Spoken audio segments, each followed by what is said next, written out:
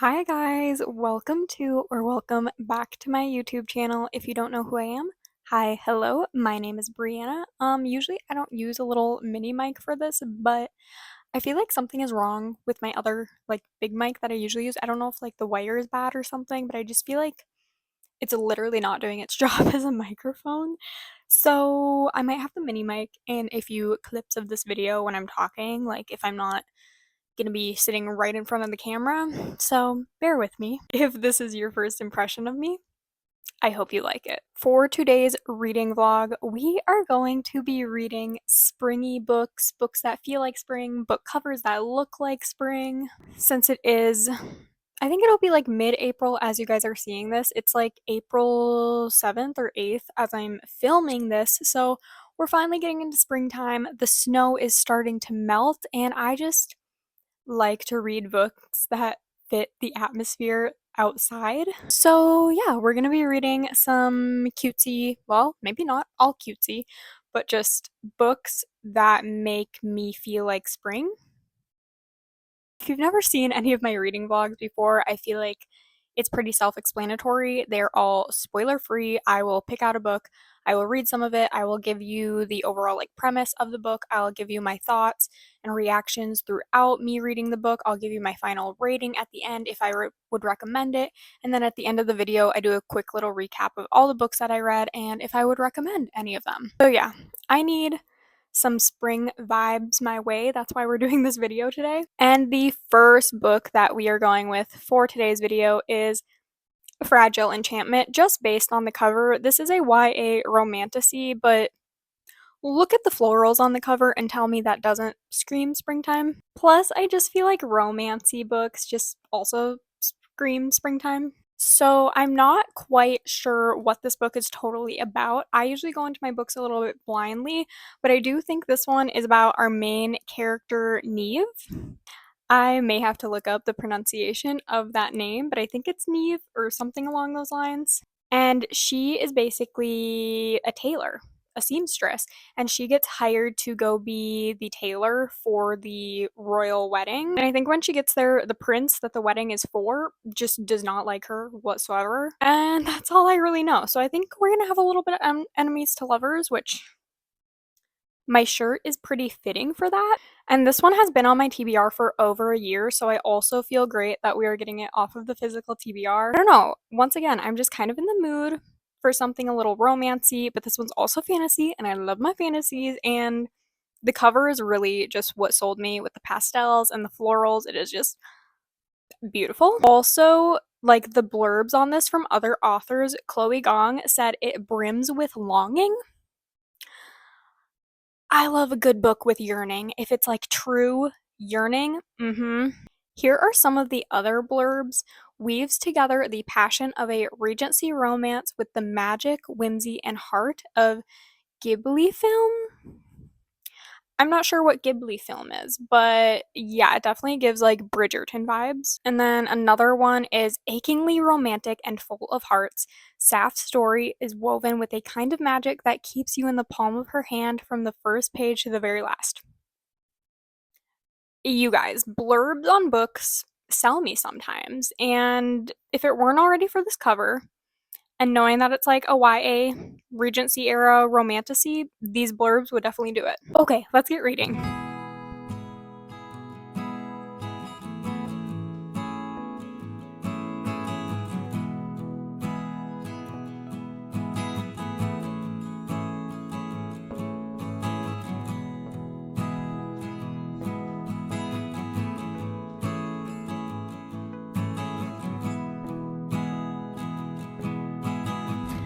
Well, I forgot to give you an update on A Fragile Enchantment yesterday after I started it. I got about 100 pages into it yesterday, and honestly, my night just got kind of busy. There was a lot of stuff that just came up last night, kind of last minute. I won't go into it, but I feel like I definitely got sidetracked last night. I read to page 100 in the afternoon, and then I did not pick it up again for the rest of the day yesterday because it just got a little busy. So my apologies. I just totally forgot about even giving an update. I totally forgot that I was even recording this video because that's just how my brain works when I get like overwhelmed and overstimulated and so much going on that I feel like I need to keep track of. So you're getting an update now. I have been reading a little bit more today. I am on page 140. So yeah, I did just read a little bit more this morning, and this is basically all that's happening is what I told you earlier, like what I kind of thought it was about. So Neve is this tailor and she travels to like Avaland.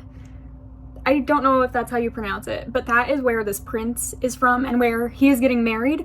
So she is making all the outfits for this wedding because she has kind of this magical power and she can put like enchantments into her clothes that she makes. So that's kind of cool. So her and Kit do not get along. Kit just doesn't really like her at first. No idea why, because she's literally just like, hey guys, and he's like disgusting. And it's like, where is this coming from? I literally do not know. I don't understand why he dislikes her so much, but whatever, maybe we'll get to that. But Kit is being married to a princess from like another region for an alliance. And Kit is overall just like this grumpy character.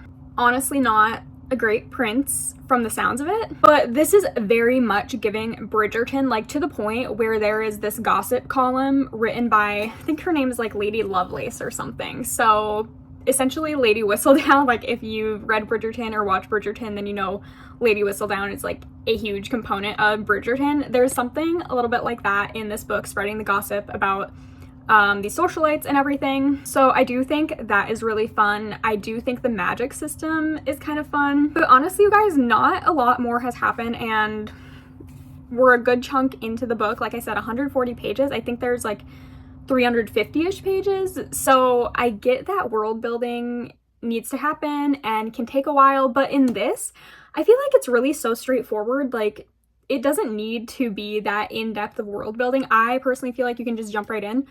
So I don't really know what's taking so long to get to the point of this book. It's a little bit boring for me because of that. I am hoping to finish it today though, so obviously I'll let you know more of my thoughts, what else kind of progresses in the story. Like, I'm assuming that there has to be a romance between Neve and Kit, because otherwise, who is this man on the cover? Because I know that's Neve, but who is this? It's gotta be Kit, right? Because I feel like it's gotta be some sort of like enemies to lovers and forbidden romance, because he shouldn't be with Neve because she's just like a common poor girl, and he also is already getting married to this princess, so it would be breaking an alliance. Like, there would be a lot of issues. But also, like, issues are kind of where the fun comes in. Like, I need some conflict to happen. Just, like, anything to happen at any point here soon. But yeah, that's my update for now. And I'm gonna get reading. And I'll probably update you when I finish it, or, like, if something bigger happens.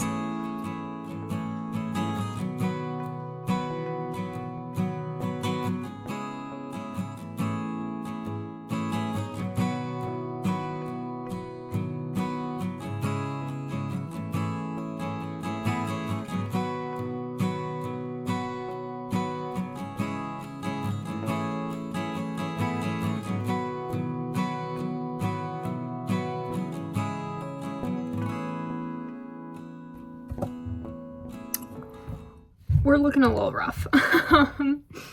Today got busy, but I did end up finishing A Fragile Enchantment. It is honestly a really, really quick-paced read. I mean, with any young adult book, it's gonna be quick-paced, really easy to follow most of the time, so that definitely checks out for that. And I know I was complaining a little bit earlier about just not really feeling like there was much of a plot going on.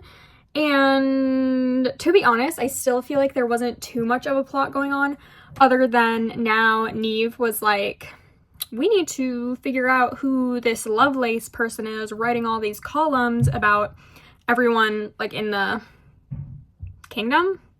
I don't know if I would call it a kingdom.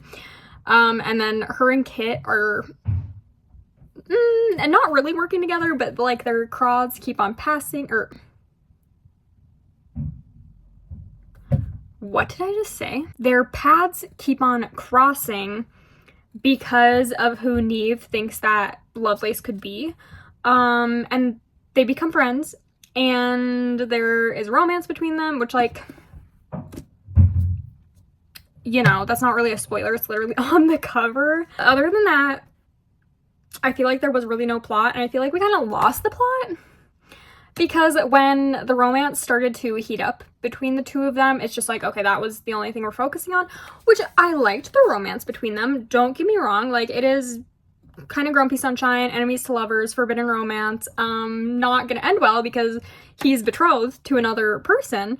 So obviously Neve is like heartbroken about that. Obviously Kit doesn't want to go through with the marriage, but it's like for the kingdom's alliance. So it's pretty important that they go through with it, right? I will say, I do think Neve is a very strong female main character, which we love to see that representation in books. She holds her own ground. I mean, she was ready to do like this whole mission by herself until Kit was like, nope, I gotta help you. And even then she's like kind of reluctant to accept his help. And yeah, I liked that. I will say the last like 50 pages of the book were pretty good. Like that was definitely the best part of the book for me. And it's actually almost 400 pages. I think it's like 370. Did it feel springy? Kind of, but I wouldn't say like, oh yeah, this is a spring book, but like it is a cute book to read in the spring. I think I'm gonna go with a 3-star rating on it. I just honestly don't really have a lot else to tell you guys about it because I feel like there wasn't like enough happening and enough going on, which I'm even thinking like, is 3 stars a little generous? But then I'm thinking back and I'm like, I definitely enjoy this book better than like a book that I rated 2 stars or, you know, so it definitely had its cute moments. I did like the magic system, like Neve being able to enchant these clothing items that she makes. Like, I think that is so cool and cute, and again, like really powerful because she can put some pretty cool enchantments into these pieces. I like seeing her friendships made. I liked the romance between her and Kit. Literally like the second to last chapter.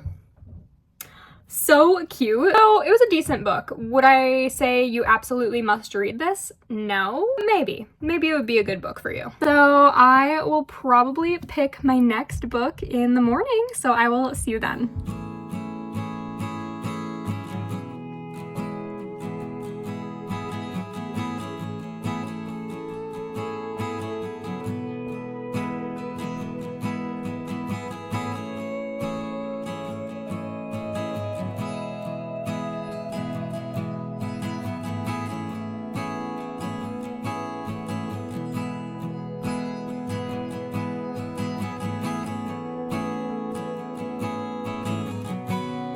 You guys, tell me why I picked up the Strawberry Patch Pancake House and literally read it in one sitting. I picked it out this morning to like be my next read for this video.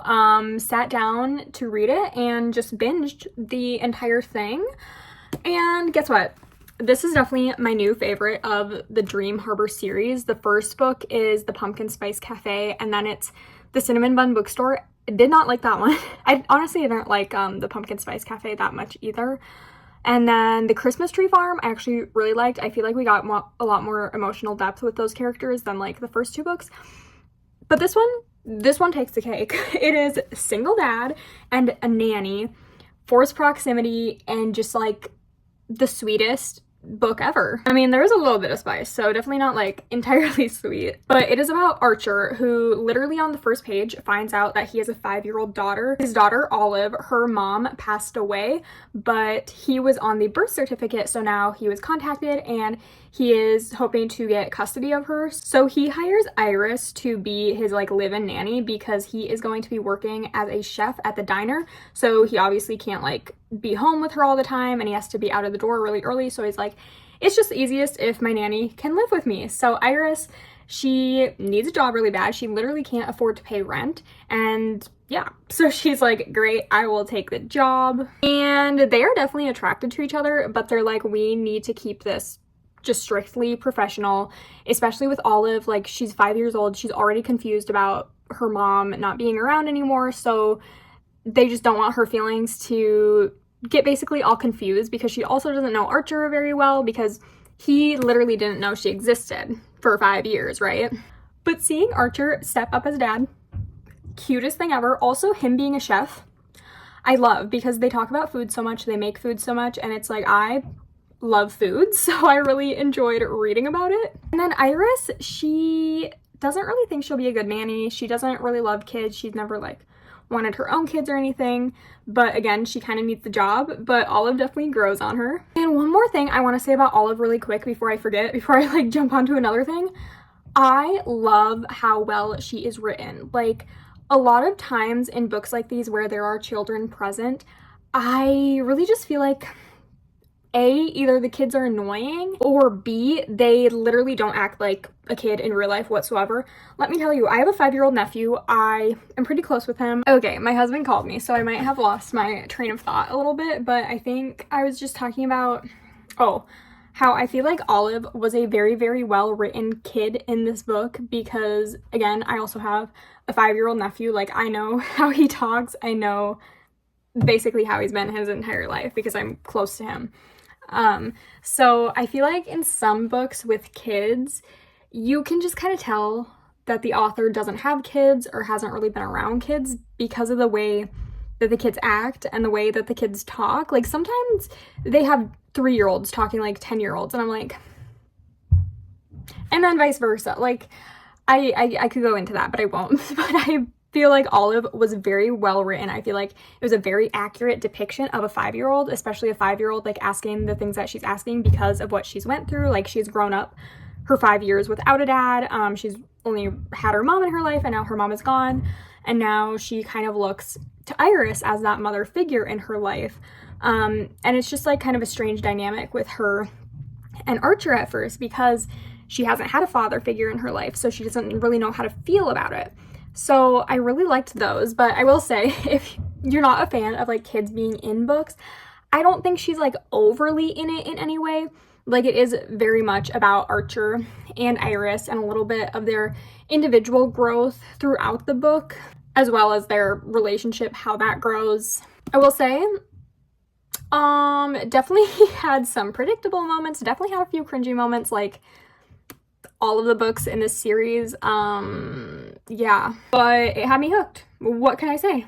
I think that this is an absolute perfect read for the spring and the summer because it starts out in March, I think, and then continues throughout the spring and the summer. So honestly, you're just getting like all of the perfect vibes. They're doing fun outdoorsy things in the town. That's really cute because this town is very much like Stars Hollow from Gilmore Girls coded. Like, you will see that within the town, within the characters, everyone living in the town. That's really fun. That's really atmospheric. Unfortunately, it is like a gloomy, rainy day today, so I didn't have like a fun, sunshiny background to read this to, but that's okay, because honestly, I feel like the weather being this way made me kind of want to cozy up with the book, because that is what this book feels like. This book feels like just cozying up and giving yourself a warm hug, or not giving yourself a warm hug, but getting a warm hug from someone else, and it is so cute. I loved this one. I don't know if I already said, I gave it 4 stars. But along with being a cute, little bit spicy romance, but there are more important, deeper topics discussed in this as well, like child grief, and then Archer trying to navigate how to be a dad, how to be working, and how to just like prioritize his own well-being too, after taking on these roles all of a sudden and still like being himself. And then motherhood. Motherhood is talked about a lot in this book, which, like, obviously motherhood is a very, very hard but beautiful thing, so I really loved how it was talked about in this book, and that is what was like making me tear up at the end. I'm not even a mother. Like, my biggest dream in life is to be a mother, so I feel like that's why books like this hit me a little bit harder, why I enjoy them a little bit more, and also just like I have such an amazing mother, so when I can kind of read books like this and see it through her eyes a little bit, it just makes me feel extremely grateful to my mom. Not that I'm not already, but it just kind of shines a new light on it, I feel like. And yeah, just seeing Archer take up the role as a father and seeing Iris take up this role as starting out as a nanny, but you can really see how much she actually cares for Olive. I feel like I can't say it very much for this series, but I would recommend this book, and they can be read as like standalones. So now I have to go figure out the next book that I'm gonna read, but this was a perfect book to read in the spring.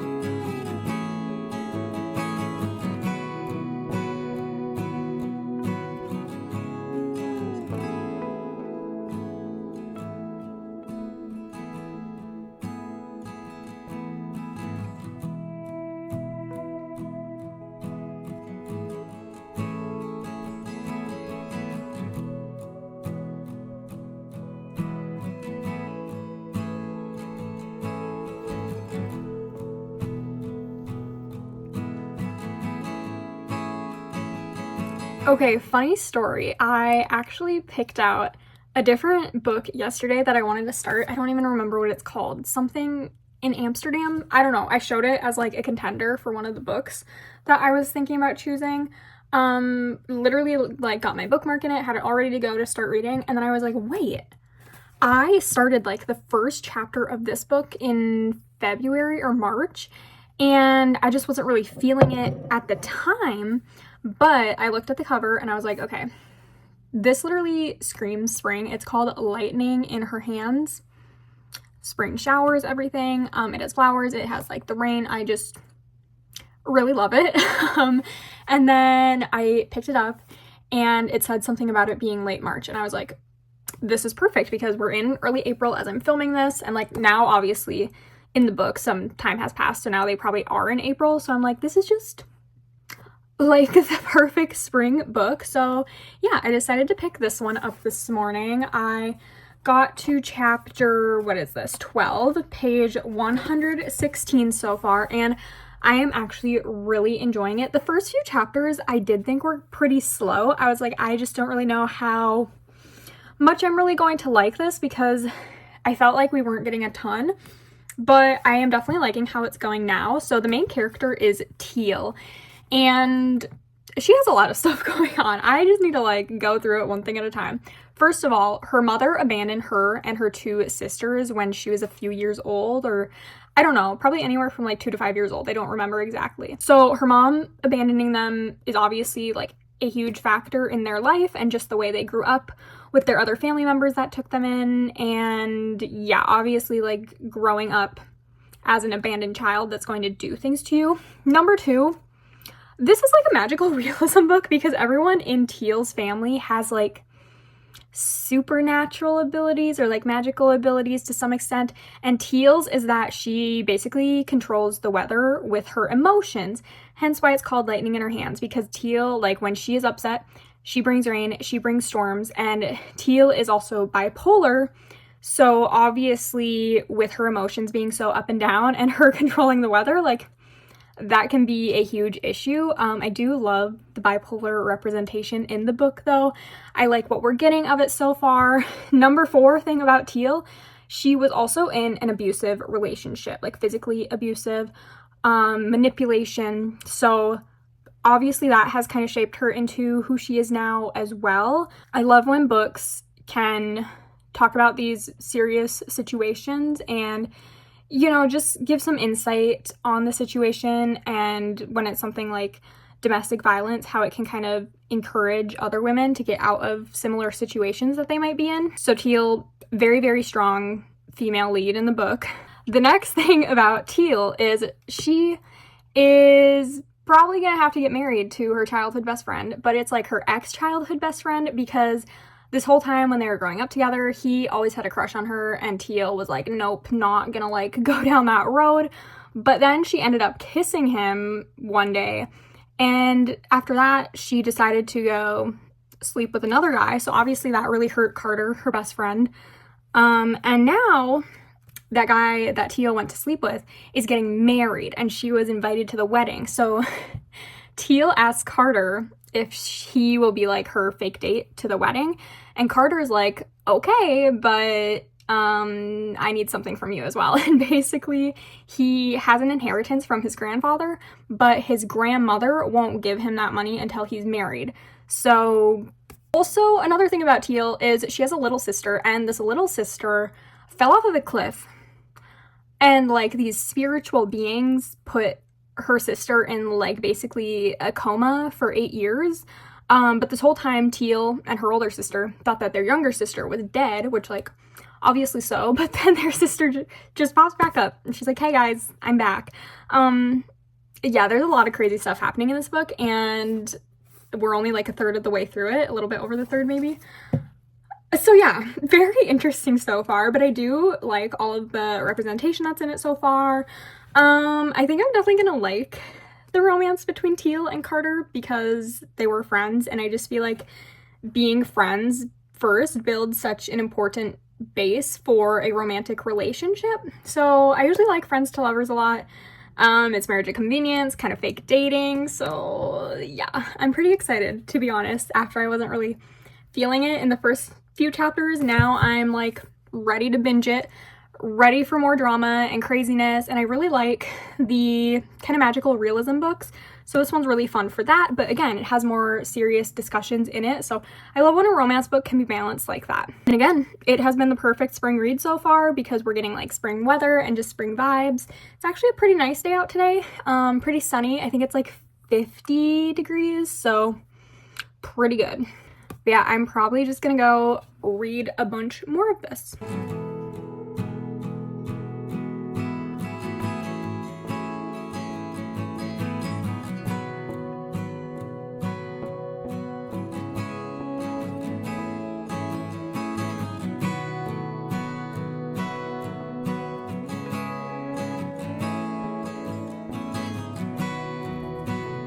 I finished Lightning in Her Hands, and I really ended up enjoying this one a lot. I'm still kind of thinking about my rating. I'll probably, after talking it out a little bit and all my feelings, I'll come up with my rating. But I will say I definitely feel like this was a little bit of a tougher read for me at some points, just because I felt like I related so much to Teal in a lot of aspects. Like, she has a really hard time loving herself, and she really has a hard time feeling like anyone else can love her as well, just because of the way that she grew up, abandonment issues. And I had also felt that way, like, literally until I started dating my now husband, because I felt like the only people who really loved me in life were people like who are obligated to, like my parents. And even then it's like, okay, I felt like my family didn't always love me sometimes. So this book hit kind of hard because of that.